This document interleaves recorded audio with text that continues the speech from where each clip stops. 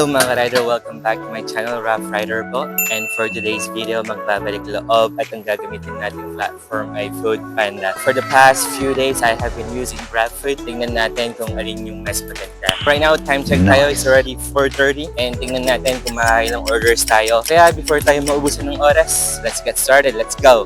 At before mag-start, kailangan ng Foodpanda ang identity verification. Kailangan niya ng facial recognition, smile.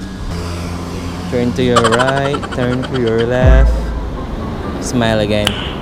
Nice. And identity verify successful. At nakapag-online na tayo. Ngayon, nagsasearch na siya ng orders. Tingnan natin kung gaano kabilis ang pagbigay ng Foodpanda ng first order natin. Guys, it only took a minute at binigay na tayo kaagad ng order ng Foodpanda. Bali, ang order natin ay 2.8 kilometers away, 11 minutes before tayo makapunta. Ngayon nga na nasabi ko na tingnan natin kung sino yung mas maganda when it comes to bookings, when it comes to earnings, at yung timing din. Like I said, yung gamit nating platform nung last video ay GrabFood. We only managed to do 5 orders and our earnings, if I'm not wrong, was $24.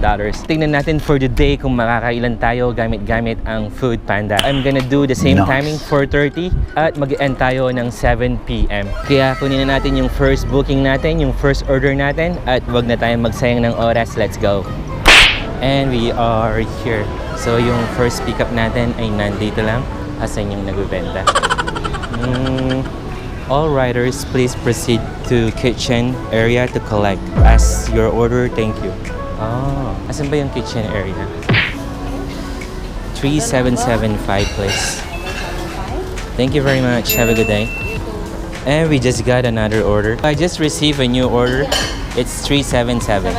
Yeah, thank you very much. Salamat. Marunong magtagalog si auntie, pero Chinese siya. I pick up 2 orders from them. Kakabigay lang ng Foodpanda dun sa pangalawa. So let's send this order. Let's go. And ang ating bad boy bike na si Uwa.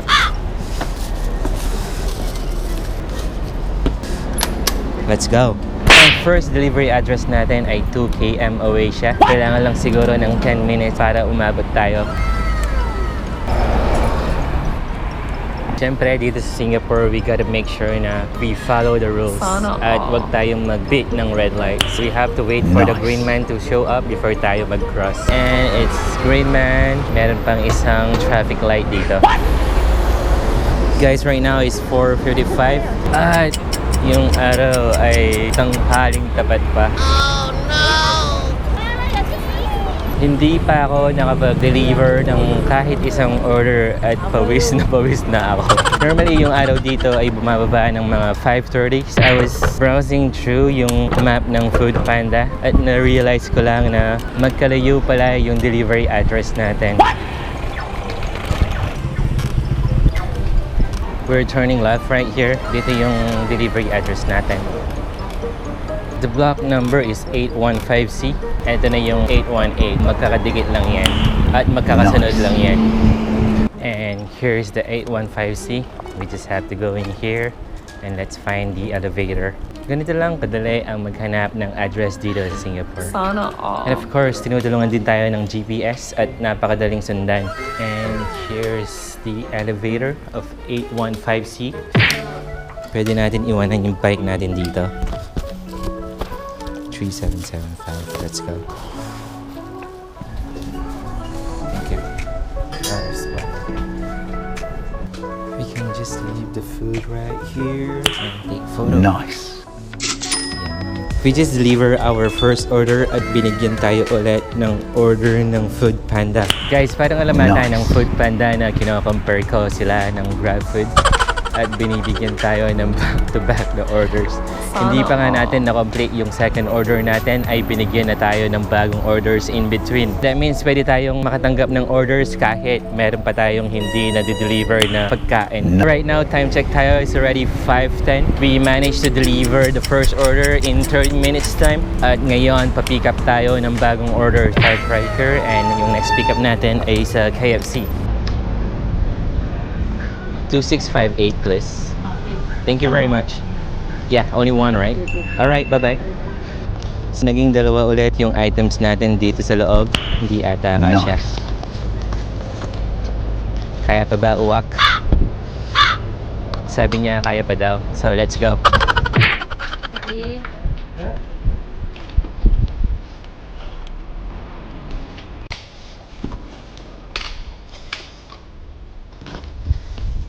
2658. Which is the KFC. Ito yung second delivery natin. And we made it. I'm just gonna hang right here. Thank you. Take a photo. Bye, Uncle. And we just delivered our second order. At papunta ng tayo dun sa pangatlo. Let's go.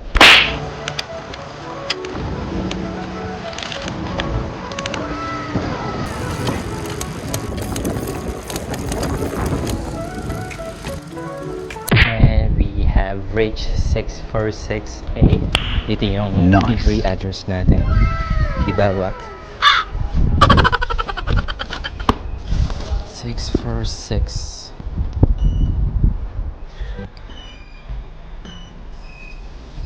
It's right here. As you can see guys, binigyan tayo kaagad ng order ng Food Panda. Talagang back to back siya when it comes to bookings.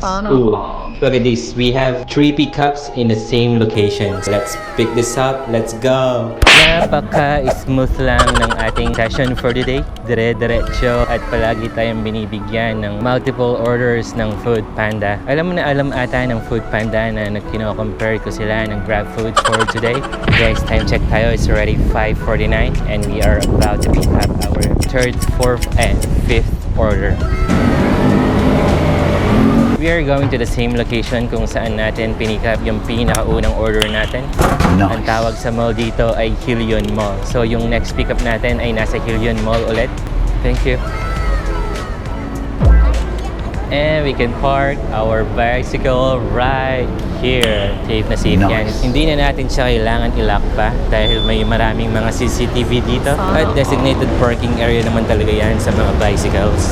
Nandito na rin tayo ay it's time for our merienda. Magtingin-tingin muna ako ng makakain dito. So look at that.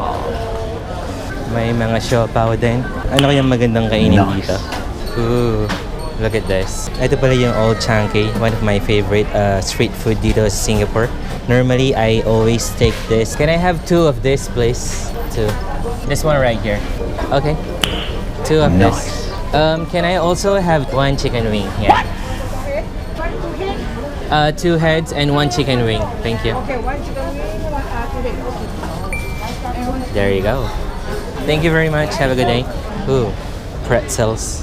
Ayan guys, nakabili na tayo ng pagkain natin. Habang papunta tayo dun sa pickup address natin, ay kainin muna natin to. Ito yung parang ulo ng pusit, sotong head. Tawag dito sotong head. Sotong ay pusit sa Malay.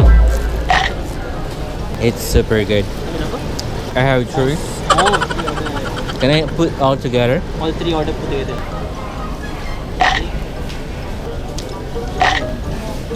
The 194720, no drink. Okay, thanks. 1780. Okay. Thank you so much. Alright. We just picked up 3 orders. So, kumakain pa ako. And mahirapan na naman ang ating bad boy bike na si Uwak dahil madami yung orders na to. Tingnan natin kung kakasya siya. I have 2 right here. Yan, saktong-sakto. Saktong-sakto yung orders natin. Let's send these orders. Let's go. Time check tayo. It's already 6:05 and we just picked up our 3 orders. At ito na yung pang 4, 5, and 6 order natin for today. Yung distance ng ating next order ay 1.4 kilometers lang at 6 minutes away. Hopefully magdire-diretso lang to and I'll see you sa delivery address. Let's go. And I already found 529. Kailangan lang natin maghanap ng bababain kung saan tayo pwedeng bumaba, and it's right here. Nice. You know. And this is block 529. Alright, we found it. Pwede tayo mag-park dito kung saan may camera. So, safe yung bike natin na si Uwa. The order number is 4720. This one right here. Nice.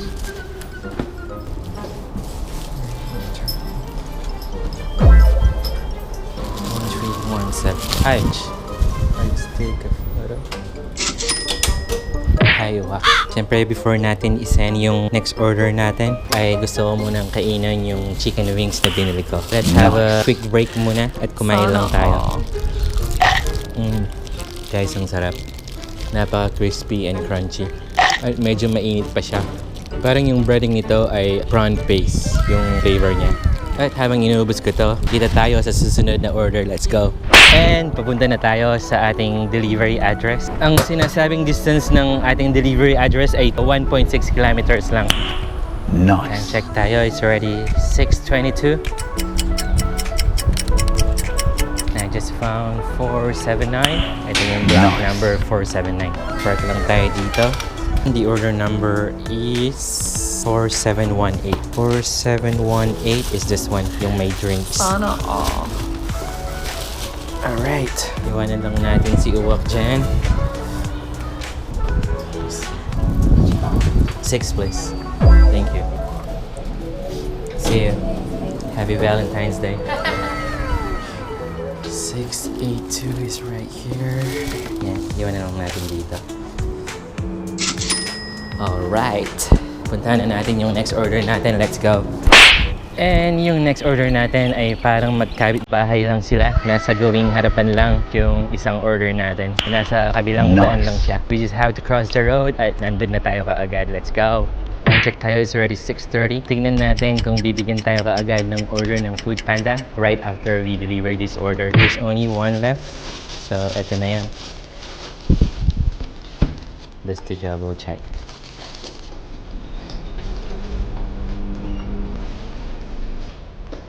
$177. Let's just leave it right here. Don't forget to take photo. Delivered. Kapag pala nagtitake ng picture kapag nagde-deliver tayo, kailangan ipakita yung number ng pintuan, yung door number, at saka nakikita din dapat yung pagkain kung saan mo siya nilagay. This is just to protect yourself just in case sabihin ng mga customer na hindi na-deliver. And we just received a new order ulit. Yan. Back to back yung order natin ulit. And we just have to pick up one order. Pwede na yan. Let's go! This is our next pickup location. 5379. 5379 please. That one? Thank you. Ito yung pickup natin. Dalawa lang. Guys, time check tayo is 6:53. Siguro kapag na-send natin to before 7:15 ay makakakuha pa tayo ng isang orders. Pero tingnan natin.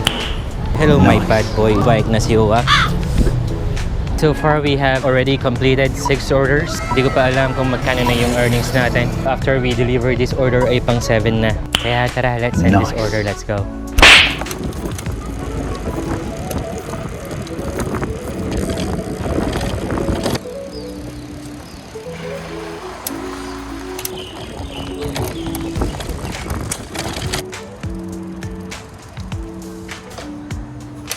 And we are here, 386. Nice.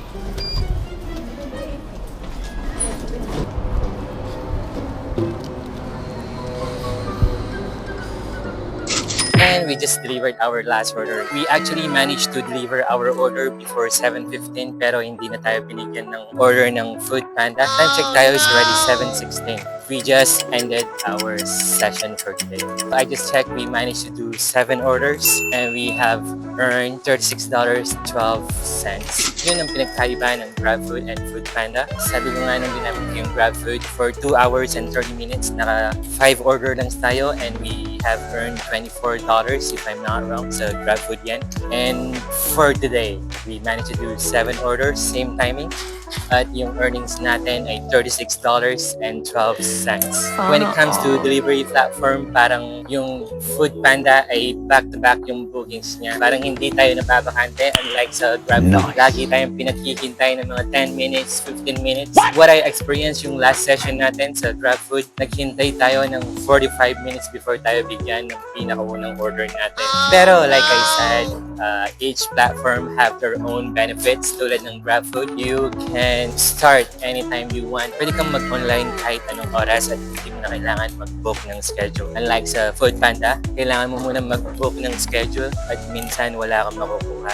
Isa din siguro sa factor sa GrabFood ay kung bakit hindi tayo nakakuha kagad ng orders, it's because mababa pa yung tier natin, yung ranking natin. Yung nabasa ko ay pina-prioritize niya muna yung mga high ranking. So if you're planning to start delivering here in Singapore. Sana nakatulong yung information na to. You can either start with both platform kung saan ka mas komportable. And I think parehas lang sila when it comes to earnings. Pero madami lang talaga ang bookings na natatanggap natin sa Foodpanda. So if you wanna practice, maybe you can start with GrabFood slowly but surely. Walang masyadong orders na pumapasok. If you really wanna earn some good money, ay pwede kang mag-start sa Foodpanda. Dito na magtatapos yung video natin. Salamat sa panonood. And like I said, if you have not subscribed to my channel yet, please do so. At pwede ka rin mag-leave ng comment at i-share ang video na to para mas marami pa ang makapanood. Kaya maraming salamat ulit sa panonood. Ang inyong lingkod, Rough Rider po. At syempre ang aking kasama ng Bad Boy Bike na si Uwak. Thank you and ride safe always. Let's go!